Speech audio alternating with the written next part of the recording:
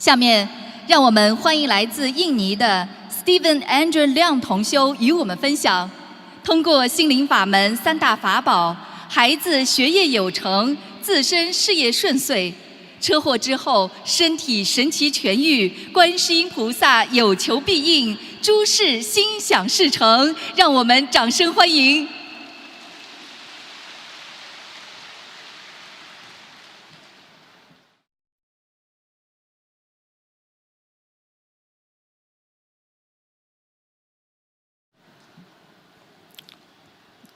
Terima kasih kepada Kuan Yin Posa yang Maha Welas Asih dan Maha Penolong. Terima kasih para Buddha Bodhisattva dan para pelindung Dharma. Terima kasih pada Master Lu Chun Hong.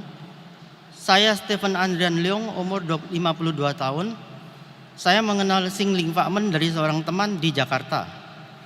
Saya tidak melihat sesuatu yang baru, semua sama, ada tapeco, cincin dan sebagainya.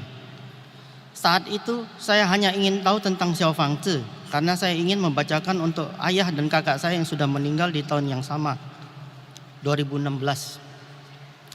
Karena berbagai alasan, hingga bulan Januari 2017 saya dan keluarga baru pergi ke Sunter Sing Ling Fakmen. Saya bertanya pada seorang saudara sedharma di sana dan meminta kertas Xiao Fang Tzu kosong. Tapi dia bilang bahwa saya belum membaca parita harian dan menganjurkan saya untuk baca harian terlebih dahulu baru membuat Xiao Fang Tzu. Saya tidak mengerti mengapa begitu banyak aturan, namun saya tetap menjalankannya. Setelah 1 bulan saya sudah hafal parita-parita dalam Xiao Fang Tzu. Saya kembali pergi ke sana. Saudara sedharma yang lain menjelaskan kepada saya bagaimana cara menghafalkan Xiao Fang Tzu.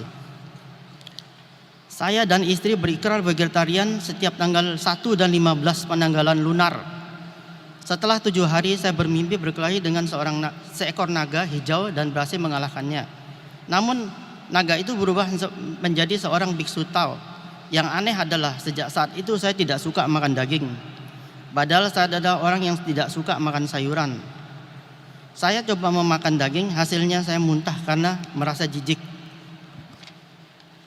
Sampai suatu hari istri saya memasang altar dan mengundang gambar bodhisattva ke rumah.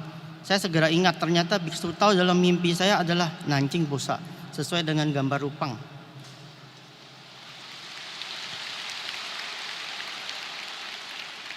Ujian pertama, saya sudah menghabiskan banyak uang dan mengirimkan anak saya untuk belajar kedokteran di Jerman, tapi visa tidak keluar.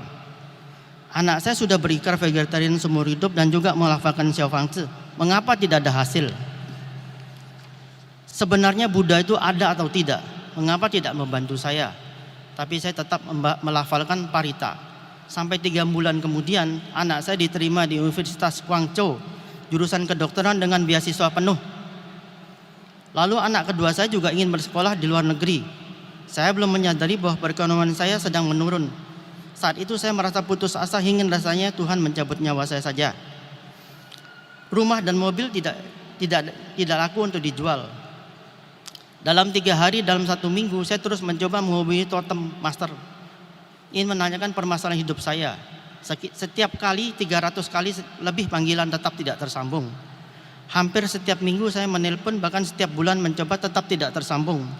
Saya berpikir, Posa, kalau menelpon master saja begitu sulitnya, bagaimana bisa menolong saya?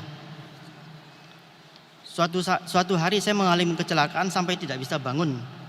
Setiap bergerak tubuh dan tulang saya sakit luar biasa.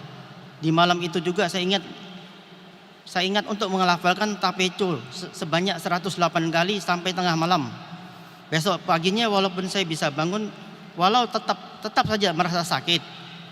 Saya lanjut melafalkan begitu sampai 3 minggu dan sakit saya sembuh total tanpa diobati.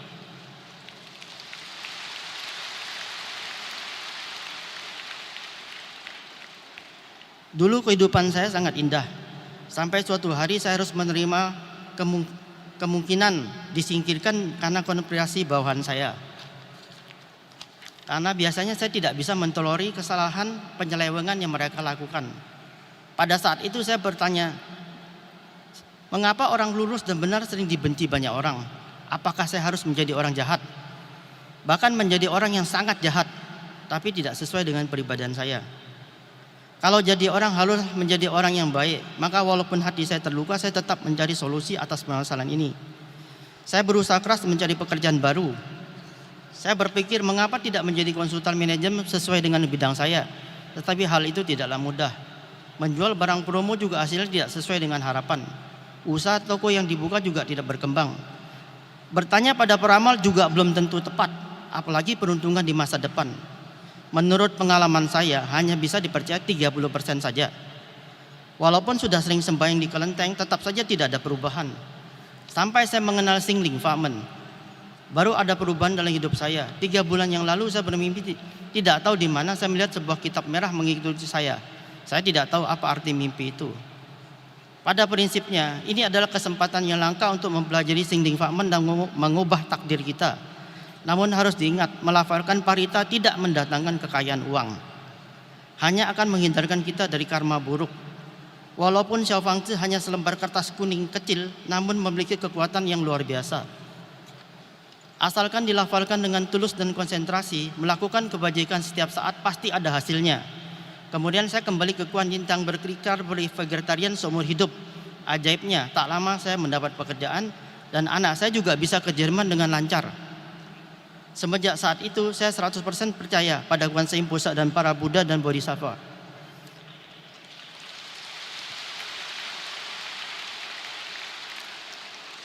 Pesan saya pada semua hadirin, janganlah putus asa.